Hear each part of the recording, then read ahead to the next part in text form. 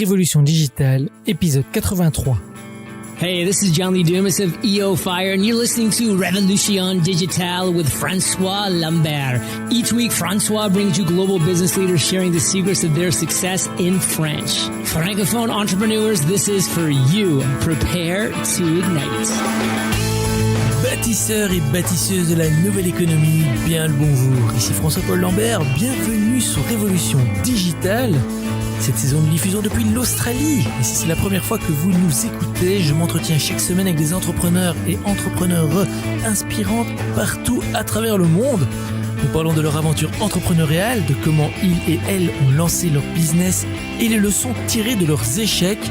Si vous êtes à la recherche de sens dans votre travail, si vous vous dites « Je ne veux pas juste être le maillon d'une chaîne, je veux être indépendant et faire une différence », vous êtes au bon endroit.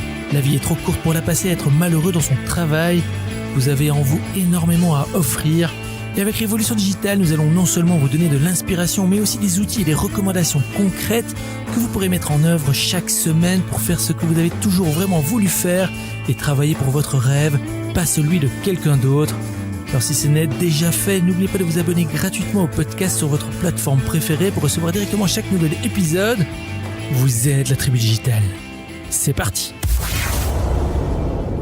Nous retrouvons aujourd'hui entre Houston, New York, Londres et Paris une entrepreneure qui a décidé avec son associé de créer l'écosystème qu'elles auraient aimé avoir quand elles se sont lancées. Pendant plus de 10 ans, elle aide d'abord des PME du milieu pharmaceutique à construire leur business plan pour implanter de nouvelles activités aux 4 coins du globe. Cofondatrice de 3 entreprises dans des domaines d'activité différents, elle se rend compte il y a quelques années qu'il n'existe pas d'offre accessible tout en un pour aider les femmes entrepreneurs francophones. Elle cofonde alors Elstart, un écosystème accélérateur de la réussite au féminin. Elle accompagne ainsi les jeunes créatrices d'entreprises dans les phases clés de la réflexion stratégique autour du business model et dans le montage du business plan pour leur permettre de vivre de leurs activités. Mentorat, expertise, outils, communauté et inspiration. J'ai le plaisir d'accueillir aujourd'hui Sophie Courtin. Salut Sophie.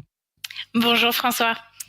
Bonjour à toi et merci beaucoup de nous rejoindre. Alors Sophie, est-ce que tu es prête à nous inspirer aujourd'hui ? Oui, je suis prête. Je suis ravie d'être avec vous aujourd'hui. Génial. Bon Sophie, je vais vraiment te donner un tout petit résumé de qui tu es à la tribu digitale. Est-ce que tu veux y rajouter quelque chose ? Et avant qu'on parle de ton projet, est-ce que tu peux nous donner un petit aperçu de ta vie personnelle ?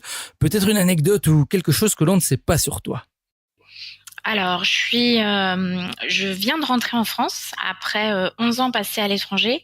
Cette expérience, du coup, a nourri aussi ma manière dont je suis entrepreneur, parce que j'ai pu m'inspirer du mindset entrepreneurial dans le Moyen-Orient, parce que je vivais à Dubaï, où c'est un petit peu quand même la mecque des startups pour le Middle East, et puis aux États-Unis aussi.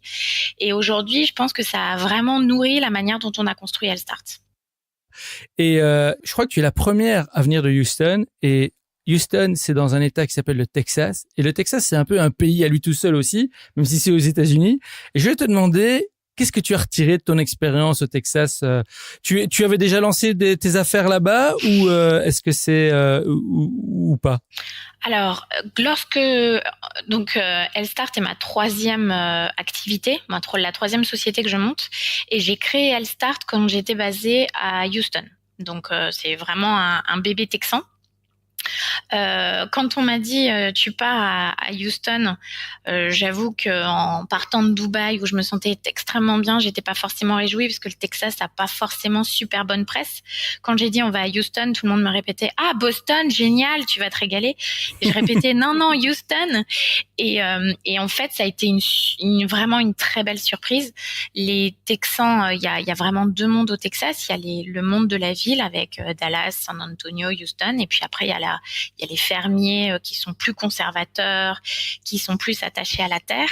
Mais aujourd'hui, le Texas a une vraie volonté de développer les startups, notamment à Austin, qui est devenu un vrai pool de start-up et d'intelligence artificielle, de tech, etc.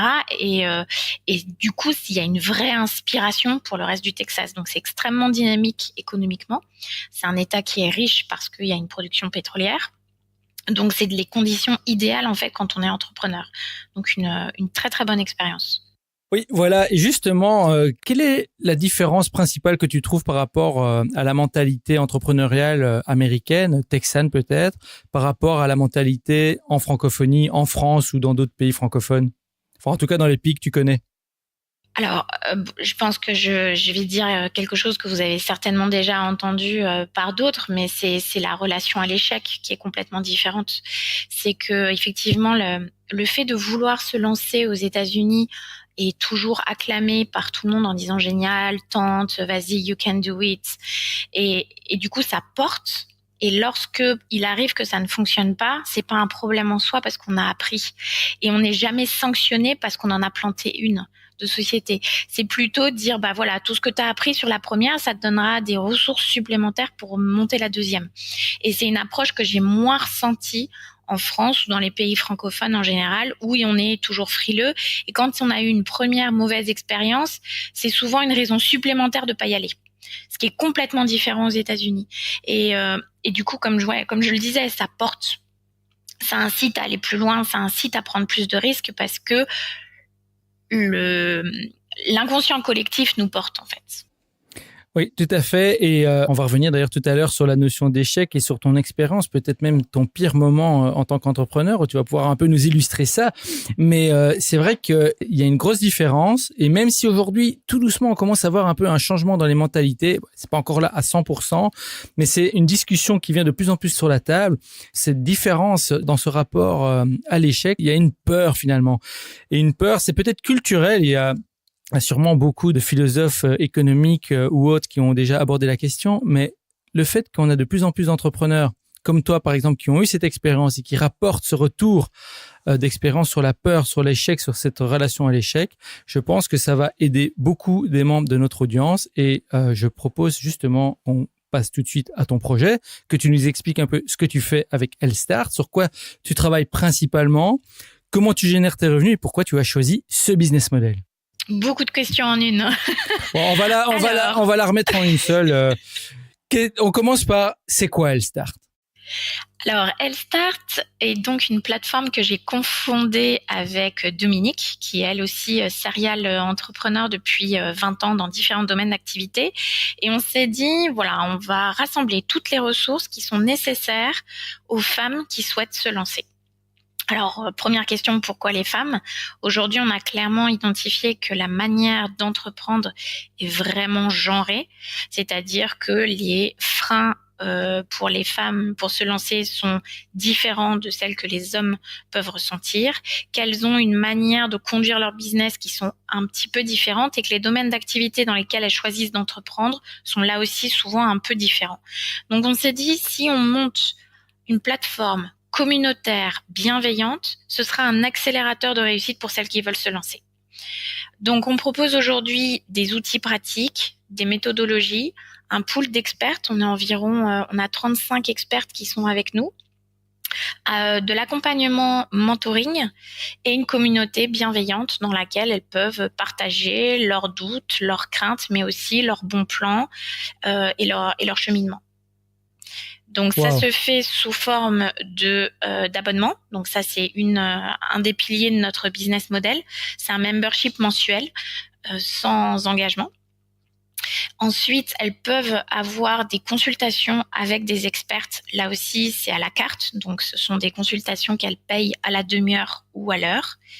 Et ensuite, on a tout un système de partenariat et d'affiliation. Voilà pour l'essentiel de nos revenus. D'accord. Et ça, c'est vous offrez donc ce service Elstart partout à travers le monde ou donc pour toutes les femmes francophones? Francophones. Okay. Tout à fait. Aujourd'hui, 30% de nos clientes sont des francophones résidant à l'étranger et 70% sont françaises en France. Et alors, où est-ce que tu trouves tes futures femmes entrepreneurs? Alors, si je peux te demander, c'est quoi ton avatar client idéal? Quel genre de femmes viennent dans ton... Alors, ce sont des femmes, donc si on prend une femme type, elle aura entre 35 et 45 ans, elle sera probablement en reconversion. Elle aura besoin de trouver une mission qui a du sens pour elle parce qu'elle a déjà eu un petit bout de carrière. Soit elle se lance à son compte sur son expertise, soit elle change complètement de métier. Que ce soit l'un ou l'autre, elle n'était pas chef d'entreprise avant et elle a besoin d'outils pratiques pour devenir entrepreneur, se structurer rapidement pour dégager un revenu. D'accord. Et je suis obligé de te demander ici aussi, alors, de quel pays viennent principalement tes clientes, tes femmes entrepreneurs? Est-ce qu'il y a beaucoup de demandes qui viennent de la France, par exemple? Oui, principalement, parce qu'aujourd'hui, c'est là qu'on est le mieux référencé. On a des articles presse, on a des partenariats qui sont français. Donc, aujourd'hui, c'est le gros de notre cible. Par contre, on parle beaucoup,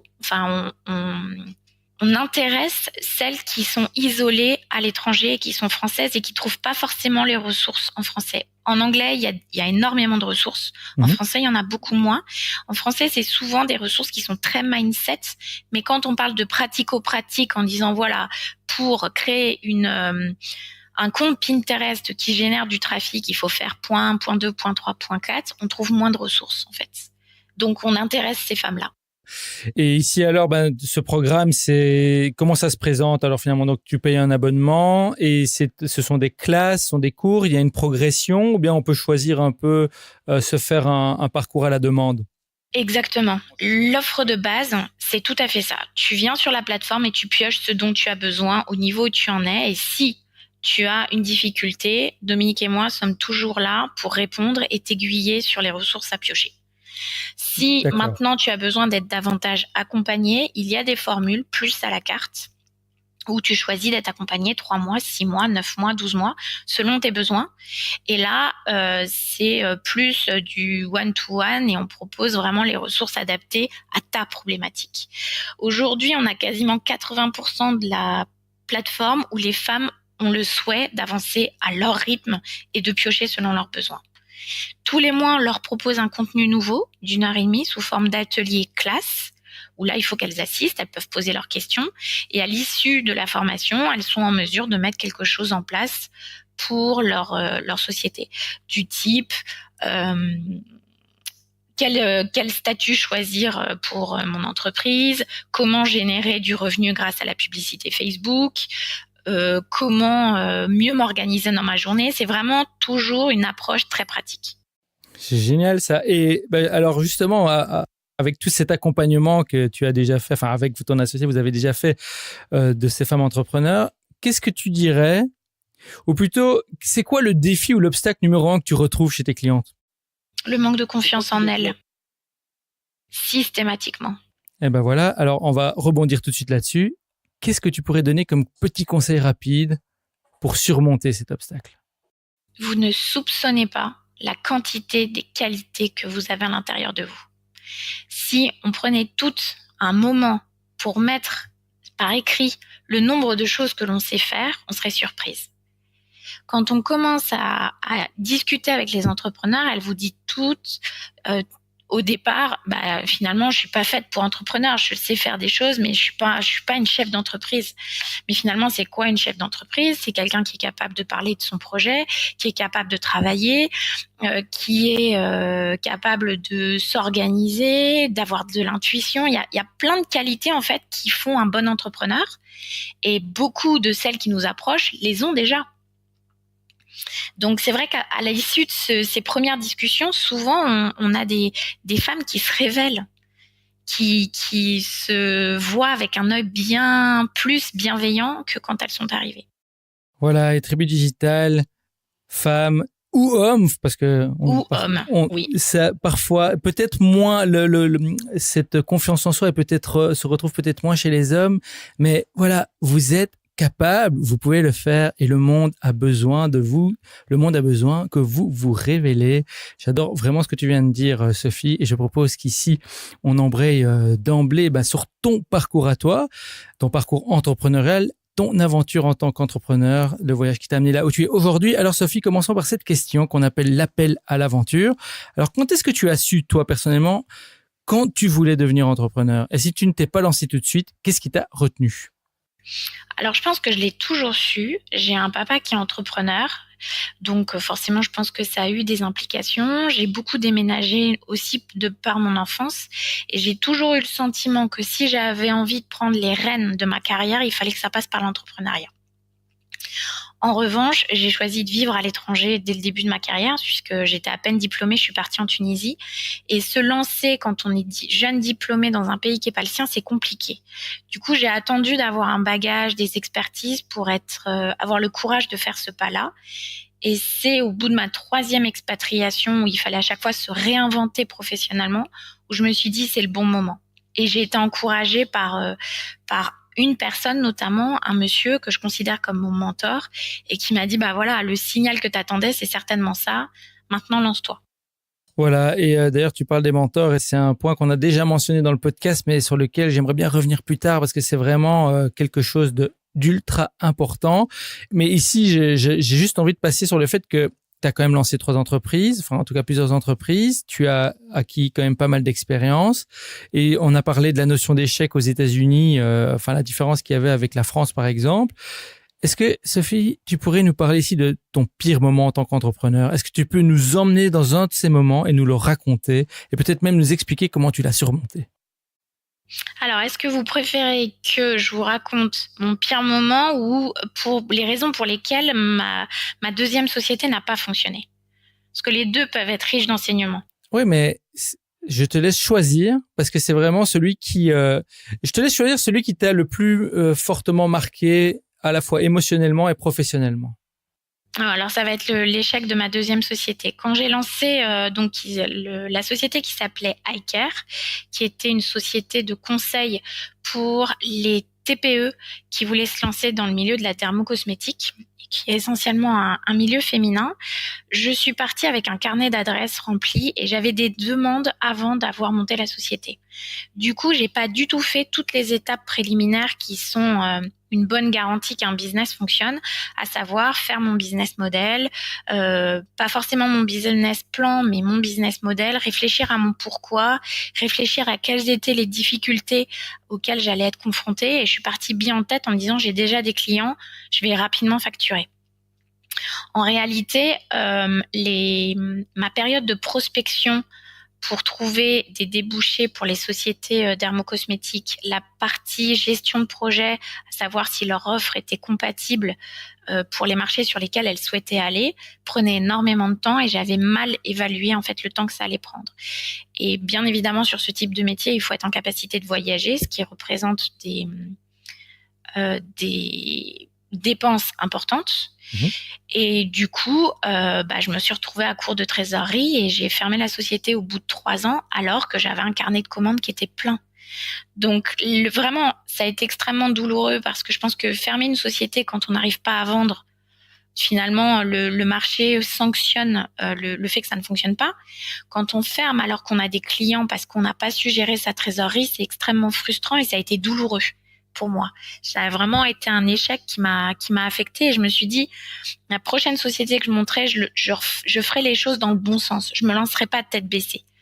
Et c'est vraiment le conseil que je peux donner aujourd'hui, c'est que il est important de valider une idée. Même s'il y a un certain nombre d'indicateurs qui sont au vert, il y a un contexte qui semble être favorable, faut vraiment se poser, écrire les choses, modéliser les choses pour se rendre compte que c'est viable à 1 an, à 2 ans, à 3 ans et qu'on a les ressources pour le faire.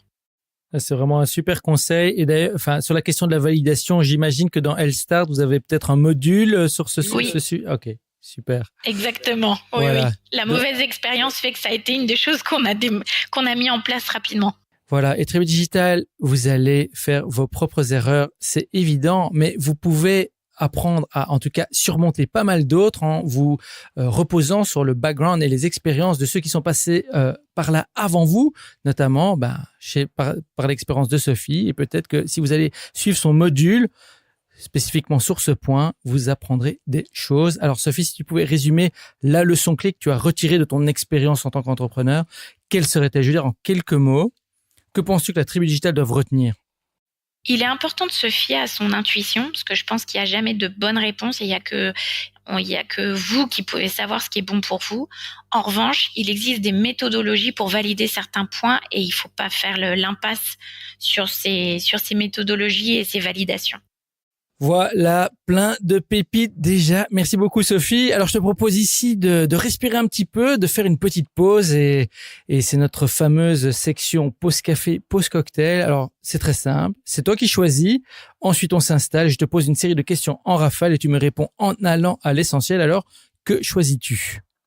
Alors pour moi, ce sera pause thé parce que je suis pas très café et je suis pas très cocktail non plus. Donc clairement pause thé. D'accord, mais c'était aussi pause mocktail, hein, si tu n'aimes pas les cocktails. Ouais, pas de regret ? Non, je suis plutôt soda. Hein, et expérience américaine oblige. D'accord. Donc on reste sur la pause thé.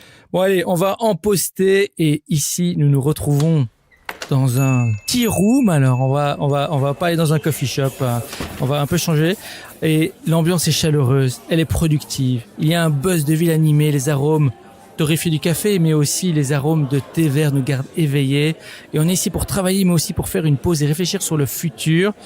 Alors, première question Sophie, qu'est-ce qui est le plus important à garder à l'esprit quand on lance un business ? Qu'il n'y a pas de réponse parfaite et il n'y a pas de solution qui aille à chacun. Je pense qu'il est important que chacun trouve sa solution, sa méthode, celle qui lui correspond et celle qui correspond à son business. On peut lire des tas de choses, maintenant ça reste votre vérité toujours. Donc il faut bien s'inspirer, c'est important, lire des choses c'est important.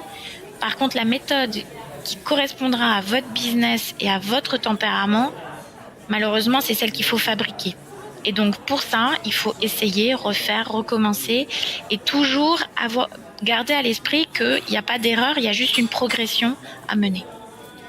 Alors, si tu devais recommander un livre pratique, quel serait-il et pourquoi ?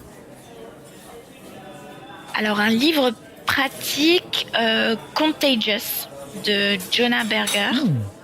Qui montre en fait la viralité des idées. En mettant en opposition avant Internet comment ça fonctionnait et comment on arrivait à faire passer des idées et comment il est important de garder cette essence-là de la viralité pour le transposer aujourd'hui aux réseaux sociaux. Comment il est important de converser quand on est sur les réseaux sociaux, d'inspirer la confiance, d'acquérir une crédibilité pour qu'on crée un vrai espace conversationnel. Alors, quels outils ou applications productivité ou autres, technologiques ou pas, utilises-tu régulièrement ? Alors plein, parce que je suis associée à une geek et que Dominique toutes les semaines arrive avec des nouveaux outils. Pour parler de ceux qui nous aident vraiment au quotidien et sur la durée, je citerai Evernote pour tout ce qui est classification de nos données, de notre veille concurrentielle, Trello pour la gestion de projet qui nous aide notamment à travailler avec nos freelances et Clockify qu'on utilise depuis quelques mois pour se rendre compte de la durée que nous prennent les tâches. Parce que souvent, quand on est entrepreneur, on a tendance à mal quantifier le temps que nous demandent les projets ou certaines tâches et qui font qu'on a toujours l'impression que la to-do list baisse pas et qu'on court après le temps. Donc vraiment un super outil. Ça nous a aidé vraiment à se rendre compte des postes qui nous prenaient le plus de temps. Ah, génial, oui, des super outils. Merci beaucoup pour ces recommandations. Alors, qu'est-ce qui t'inspire ou te passionne en ce moment ? Quels sont les domaines qui te paraissent prometteurs ? L'intelligence artificielle, sans aucun doute. Aux États-Unis, c'est vrai que c'est un grand sujet. J'ai assisté à des tas de conférences sur le sujet et c'est vraiment, à mon sens, l'avenir. Et il y a énormément de choses à faire d'un point de vue entrepreneurial sur ces sujets-là. Est-ce que Elstart envisage d'utiliser ces concepts à un moment ? Une idée par rapport à ça ? Pas encore, mais je t'avoue que je l'ai dans un coin de ma tête pour les développements futurs, mais pas encore. Génial. Alors, si tu devais tout recommencer à zéro avec seulement 500 € en poche, que ferais-tu immédiatement avec ces 500 € pour te relancer en affaires ? Écoute, je t'avoue que je referais pareil. Elstart, je suis pas arrivée au bout de ce que je voulais faire avec Elstart. Je pense que si on avait recommencé, on ferait les choses un peu différemment. Et finalement, 500 €, ça peut être le premier ticket pour créer un site internet. Et on partirait avec une proposition minimale et on pourrait recommencer. Ouais. Est-ce que tu as une recommandation pour lancer un site internet ? Sur quelle plateforme ou comment tu ferais ça ? Alors, je partirai sur WordPress parce qu'aujourd'hui, ça permet d'avoir un projet qui évolue. Ce WordPress permet quand même de faire des choses qui sont un minimum formatées, mais où on a la possibilité malgré tout d'exprimer sa touch. Et effectivement, WordPress vous permet de grandir en même temps que votre projet, ce qui n'est pas forcément toujours possible sur les autres plateformes. Après, on peut toujours faire un site en dur, mais c'est plus du tout les mêmes budgets. Donc WordPress, je dirais. Voilà, WordPress, une valeur sûre, c'est clair. Et voilà, Sophie, merci beaucoup. Car on est arrivé à la fin de l'épisode. Est-ce que pour le mot de la fin, tu pourrais dire à nos auditeurs de la Tribu Digitale, en tout cas à ceux qui hésitent encore à se lancer ou qui se sentent bloqués, est-ce que tu pourrais leur donner un dernier conseil avant qu'on se quitte? C'est d'oser. C'est peut-être un conseil que vous avez déjà entendu, mais il faut vraiment l'avoir à l'esprit. C'est que tant qu'on n'a pas fait le premier pas, il se passe rien. Et que il faut se dire que l'entrepreneuriat, c'est pas forcément un grand saut, mais c'est des baby steps. Et que chaque petite action vous mène à la réalisation d'un projet. Et il faut pas penser qu'il faut tout de suite faire des grands pas pour que ça fonctionne. Donc, quand on ose, finalement, on devient de plus en plus courageux et on avance comme un enfant qui apprend à marcher. Il faut vraiment se donner le temps de faire des petits pas pour après être capable de courir. Mais ça vaut vraiment le coup d'essayer. Voilà, et Tribu Digitale, vous l'entendez souvent dans cette émission, osez. Et j'ai pas envie de reprendre de faire une analogie avec l'éléphant. Quand on le mange, on ne peut pas manger un éléphant d'un seul coup. On le mange par petits morceaux. Et j'espère qu'on ne mange pas d'éléphant tout court, mais c'était juste pour dire que quand on prend une tâche énorme, vous la cassez en petits bouts, vous y allez pas à pas, vous entraînez ce muscle. Mais si vous n'osez pas et que vous n'y allez pas et que vous ne prenez pas ce petit pas, alors évidemment, vous resterez toujours sur le sideline et c'est pas ça que vous voulez. Vraiment, Sophie, merci beaucoup pour toutes ces pépites. Merci d'être venue nous voir, partager ton expérience. Alors, avant de nous quitter, peut-être, dis-nous comment on peut rester en contact avec toi sur les réseaux sociaux ou ailleurs. Et si tu as une annonce à faire, eh bien, la Tribu Digitale t'écoute. Alors, première des choses, un grand merci à toi et à l'équipe pour m'avoir donné l'opportunité de vous rejoindre aujourd'hui. Vous pouvez nous retrouver sur notre page Facebook Elstart, sur LinkedIn, Instagram et puis après sur notre site internet bien évidemment. Je n'ai pas particulièrement d'annonce à faire si ce n'est que il est important de se faire accompagner et de pas rester tout seul si on veut aller vite et si on veut vite être capable d'avoir une activité rentable. On peut toujours tout faire tout seul, mais c'est important de se faire aider par ceux qui sont déjà passés par là. Voilà. Donc, si vous avez des questions, des envies, des projets, avec grand plaisir pour vous accueillir chez Elstart. Voilà, Tribu Digitale, vous venez d'entendre Sophie Courtin partager avec vous son expérience et ses conseils. Eh bien, c'est à vous de jouer maintenant. Alors, rejoignez-nous sur revolutiondigitale.fr et tapez Sophie dans la barre de recherche. Vous aurez accès à sa page dédiée avec toutes les informations et les références dont nous avons parlé aujourd'hui. Et bien sûr, n'oubliez pas d'aller visiter la page de Sophie sur elstart.com. C'est l-start.com. De la suivre sur ses réseaux sociaux, sur LinkedIn, Instagram. Et allez jeter un œil à cette plateforme. Vraiment, ça a l'air fantastique. Sophie, est-ce que je m'adresse aux mesdames et mesdemoiselles ou est-ce que les hommes sont aussi autorisés sur cette plateforme? Ou est-ce qu'on fait un blocage total ici? On les interdit. On fait pas de vraie discrimination. En revanche, effectivement, les outils, le groupe et la manière dont on s'adresse à la communauté parlera davantage à des dames et des demoiselles. C'est vrai. Voilà, donc Tribu Digitale, il n'y aura pas de discrimination, donc n'hésitez pas à aller frapper à la porte, mais sachez à quoi vous attendre quand même. Sophie, vraiment merci d'avoir partagé ton aventure avec nous. Moi, je te dis au revoir et je te retrouve en backstage. Merci, bonne journée. Voilà, Tribu Digitale, j'espère que vous avez aimé notre entrevue avec Sophie. Si c'est le cas, alors prenez une petite seconde pour partager l'épisode avec vos amis. Si vous écoutez avec Apple Podcast sur votre iPhone, tout en bas à droite de l'épisode, il y a un bouton avec 3 petits points. Il vous suffit de cliquer dessus pour partager par email ou encore de le poster sur Facebook. Donc allez-y et n'hésitez pas à me taguer si vous le souhaitez. Je vous remercierai pour le soutien. N'oubliez pas non plus de vous abonner sur Apple Podcasts, Google Podcasts, SoundCloud, Deezer, Spotify ou inscrivez-vous directement sur notre site web pour être notifié des prochains épisodes. Et si nous pouvons vous aider ou si vous voulez nous joindre, venez nous suivre sur Instagram à Revolution Digital ou directement chez moi sur François-Paul Lambert. Hélène et moi sommes là pour vous soutenir et vous rappeler que vous êtes incroyable, que vous avez énormément à offrir et que vous méritez d'être heureux dans ce que vous faites. Vous êtes la tribu digitale. Souvenez-vous, tout semble toujours impossible jusqu'à ce que ce soit fait. Thank you for listening to our guest stories this week. Merci et n'oubliez pas de vous inscrire à notre newsletter pour encore plus de conseils qui vous aident à réussir. We hope you're inspired and ready to move forward with your entrepreneurial dream. À bientôt pour un prochain épisode de Révolution Digitale. Stay inspired!